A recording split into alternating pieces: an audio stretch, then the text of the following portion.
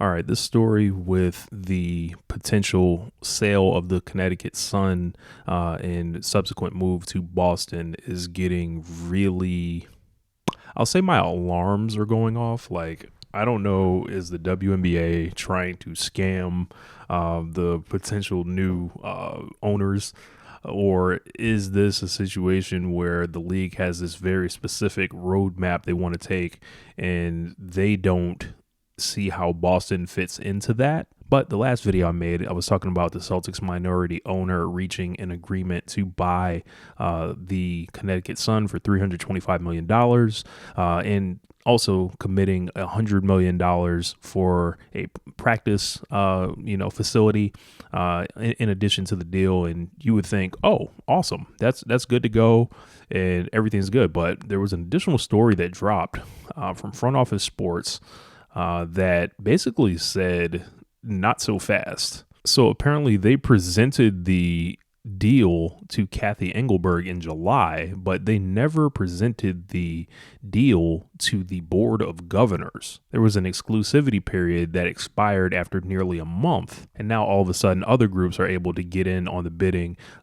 In particular, former Milwaukee Bucks owner Mark Lazary has put his name in the pot, and they kind of want to keep the team in Connecticut. Now, what does the league want to do? Is the biggest question. They have it within their power to keep the team in Connecticut, but why would they want them to do that? Boston's a much bigger metropolitan area, is a better sports city, built that can support multiple franchises. Is there Boston resistance within the league? And where they're at in Connecticut is almost this no man's land that is difficult to get to. But when you're in Boston, you have all the airports right there. You have the travel. You don't have to pick between Bradley International, which is on the other side of Connecticut, and the Boston airport, which is like they're in that weird mid area. There's the other elephant in the room with all this money coming into the league. Are they trying to keep the books closed as to not, show their hand too much in CBA negotiations? Because when a team essentially gets $425 million committed to it, there goes any argument for them not wanting to pay the players anymore. I don't trust the league, and I don't think any of you should either. I don't know a single corporation that will willingly be opening up their pockets saying we need to give the workers more money, and they'll bury reports through the NBA media, and the finances between the NBA and the WNBA are so tied in. They can hide money and make it look like what's not available is actually available. So this is my wacky conspiracy theory. I feel like they're trying to scam potential owners into paying more as an expansion fee, because I don't think they have a problem letting Boston into the league as an expansion team. But in the expansion, they kind of have to wait their turn because Kathy mentioned Houston before. And, there are other markets out there, like I believe St. Louis wants a team. Nashville wants a team. We've heard players talk about Miami. They want Boston to wait behind that entire expansion, thing.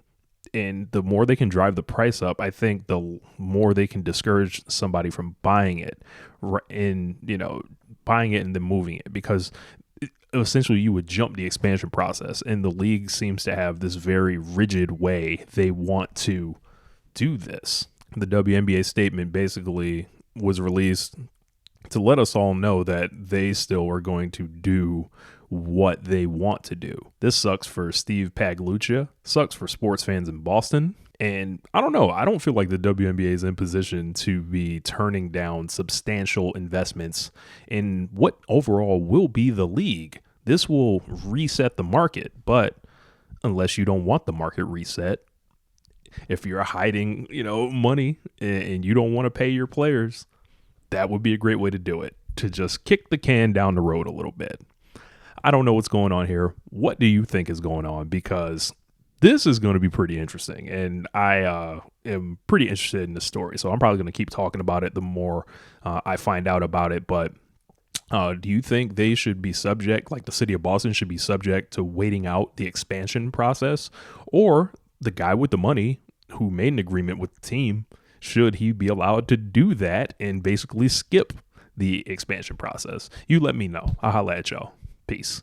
Oh, also one more thing. And what is the WNBA's role in all this? What side are they on? Are they trying to hide money within the league? Are they trying to grow the league? Like, and what do their actions kind of make you think they're up to? So anyway, I'm Rich. This is One Lifetime. Peace.